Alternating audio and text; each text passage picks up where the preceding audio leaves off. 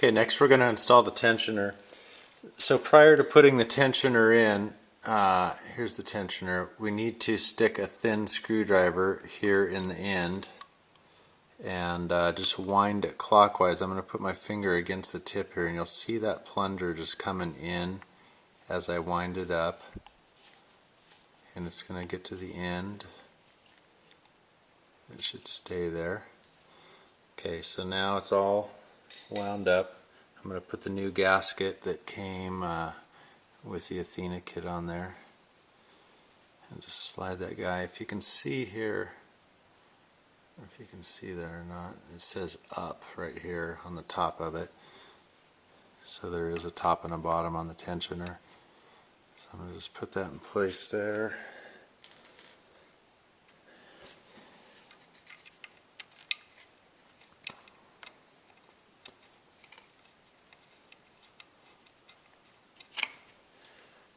There's two bolts that hold this in.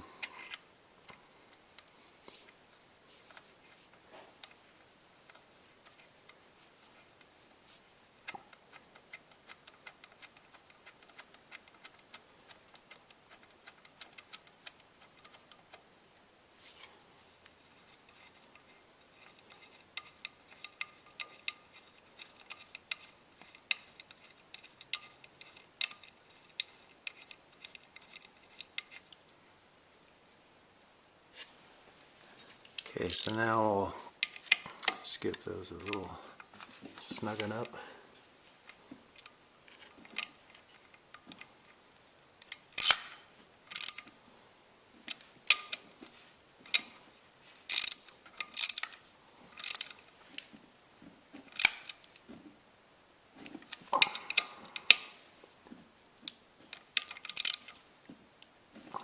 Okay, that's tight.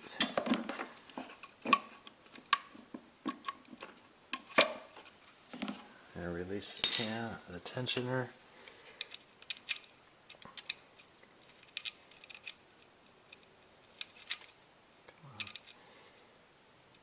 Install this bolt back in the end. It's a 10 millimeter.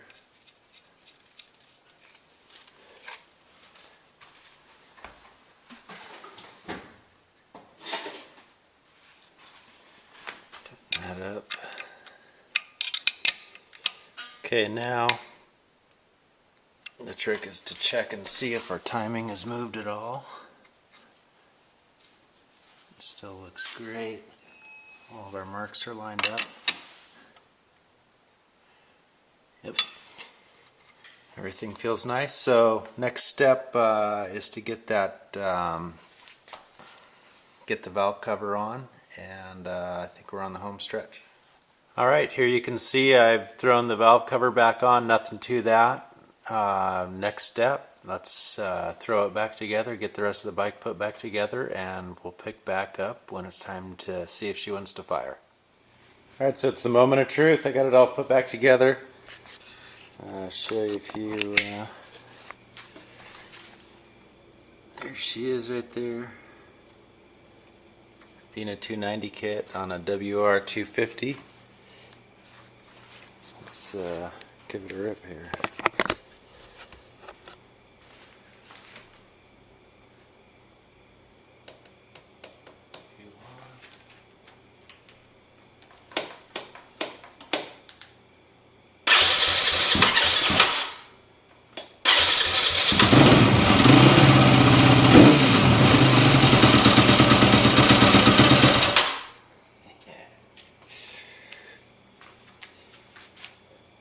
I'm amazed it started that easily, frankly.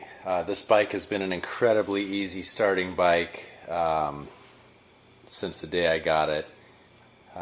So I guess it shouldn't be a surprise, but I guess I thought it was going to be a little harder to get it fired for the first time than that. But I messed around with my jetting a little bit while I was in there, which is probably not the smartest thing. You know, the old rule, you want to change one thing at a time and see how it feels. But I figured while I had everything torn apart, I wanted to try a different needle. So anyway, one other thing I'm going to mention that was talked about was using water, straight water in the radiator during the break-in period so that the antifreeze doesn't contaminate the head gasket while it seats itself, and then after you run through your break-in period and it runs through its heat cycles, then go ahead and pull the water out as quick as possible so no corrosion takes place, and fill it with radiator fluid.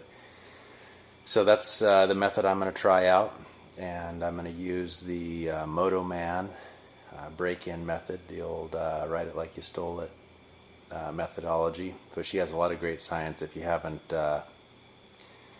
heard of that, do a Google search on it, and you'll see what his method's all about, and that's what I'm gonna use on this one.